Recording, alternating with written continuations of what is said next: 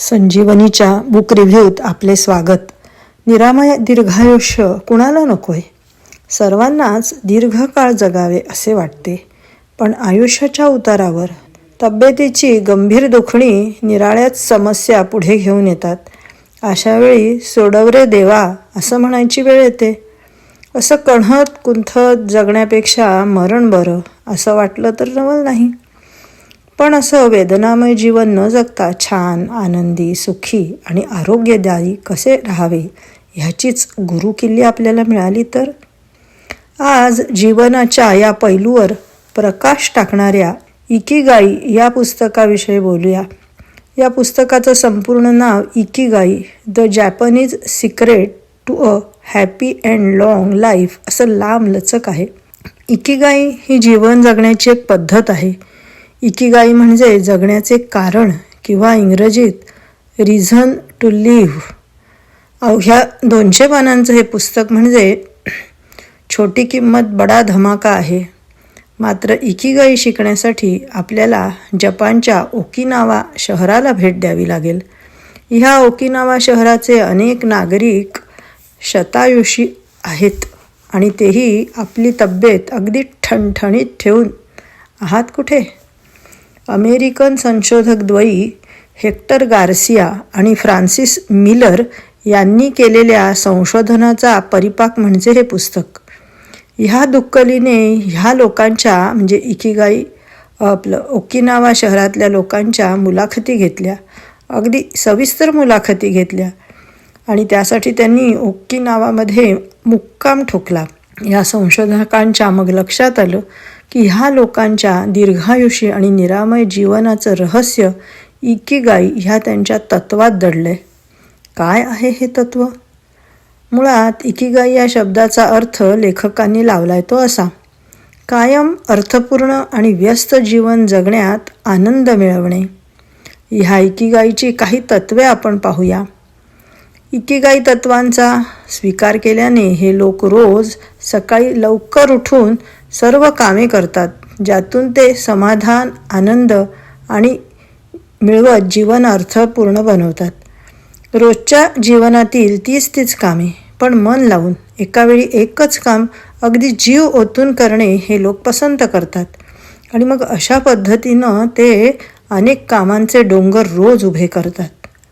एकूणच व्यस्त रहा, निवृत्त होऊ नका, जीवनाचा वेग कमी करा, नुसतंच उदरंभरणं करू नका, चांगल्या मित्रांच्या सहवासात राहा, येत्या वाढदिवसापर्यंत आपली तब्येत आपल्या ताब्यात ठेवा, सदैव हसतमुख राहा, निसर्गाशी एकरूप व्हा, कृतज्ञ राहा, क्षणस्थ व्हा.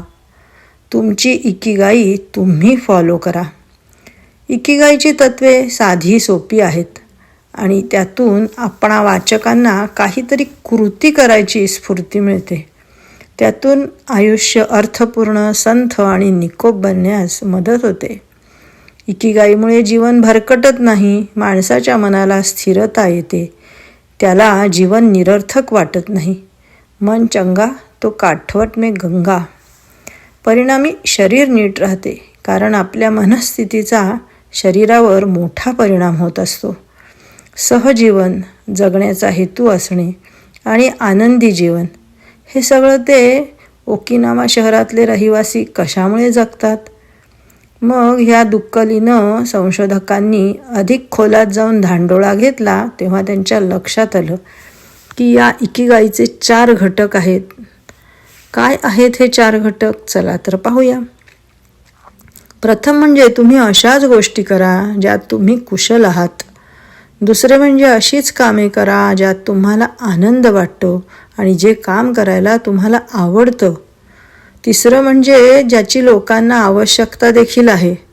आणि सर्वात महत्त्वाची आणि शेवटची गोष्ट म्हणजे त्यातून तुम्हाला पैसा मिळेल.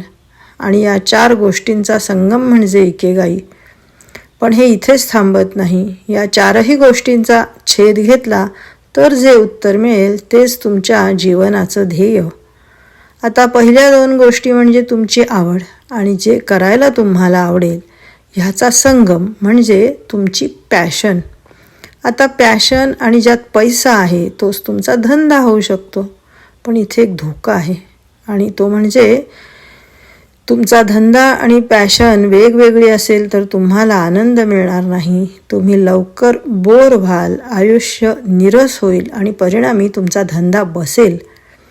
दुसरी गोष्ट म्हणजे आता वरील 4 घटकांपैकी चौथा घटक, आणि तो म्हणजे जगाला त्याची गरज असली पाहिजे. आणि केवळ लोकांना गरज आहे. दुनिया तुम्हाला सांगते की अमुक करा, तमुक करा, पण तुमच्या ते मनात नाही आहे, तर मग तो केवळ एक तुमचा व्यवसाय होईल. मात्र या 4ही घटकांचा मिलाफ म्हणजे तुमच्या आयुष्याचे मिशन असेल, ध्येय असेल. आणि या ध्येयाचा तुम्ही कधीच कंटाळा किंवा त्याग करू शकणार नाही. हे ध्येय गाठताना मग तुम्हाला आनंद मिळेल, आयुष्य सुंदर होईल हो. मग पुस्तकात तुम्हाला जपानी म्हणी, वाक्प्रचार वाचायला मिळतात. जपानच्या जीवनातील व्यायाम प्रकार, दैनंदिन जीवनातील तुलना आणि साम्य स्थळे त्यातून तुम्हाला अनुभवायला मिळतात. इकिगाई पुस्तकातील काही महत्त्वाची उदाहरणे आपण पाहूयात. 1. आयुष्यात सुखी होण्यासाठी 3 महत्त्वाच्या गोष्टी म्हणजे काहीतरी कार्य करणे, कशावर तरी प्रेम करणे आणि कशावर तरी आस लावणे. 2. आयुष्य हे काही गुंता सोडवण्याचा प्रश्न नाही. एवढंच लक्षात ठेवा, ते असं की आवडीच्या माणसांच्या घोळक्यात किंवा गराड्यात स्वतःला गुंतवून ठेवण्यासाठी स्वतःच्या आवडीचं काहीतरी असावं. 3. भूत नाही, भविष्य नाही, आणि आपल्याला आहे ते फक्त वर्तमान. त्यामुळे वर्तमानात जगा. भूतकाळातल्या चुकांचा खंतही करू नका किंवा भविष्यात येणाऱ्या संकटांचाही विचार करू नका. हळू चला, जेणेकरून तुम्ही लांबवर पोहोचाल.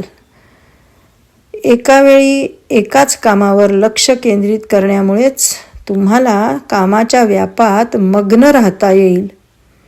आयुष्याचा आनंद घेण्यात काहीच गैर नाही, जोपर्यंत तो आनंद तुमच्या आयुष्याचा ताबा घेत नाही. तुम्ही जे सतत करता तसेच तुम्ही बनता. त्यामुळे नेहमीच उत्कृष्टता, उत्कटता हा तुमचा स्थायी भाव असावा. जो सर्वात यश मिळवतो तो आनंदी माणूस नसतो, तर जो सर्वात जास्तीत जास्त वेळ यश मिळवण्याच्या खटपटीत राहतो किंवा प्रवाहाच्या स्थितीत राहतो तो सर्वात आनंदी असतो. आपण मरणार तर आहोतच, आणि काही लोक मरणाला जरूर भीतात, पण एक खूणगाठ बांधून ठेवायची, पण आपण मरण्यासाठीच जन्माला आलो आहोत. त्यामुळे जोवर जगतो तोवर आनंदानं जगायचं. अजून अशी बरीच सुभाषितं आहेत जी आपल्याला जीवन जगायला प्रेरित करतात. त्यासाठी मात्र हे पुस्तक जरूर वाचा. भेटू एका नवीन पुस्तकासह. धन्यवाद.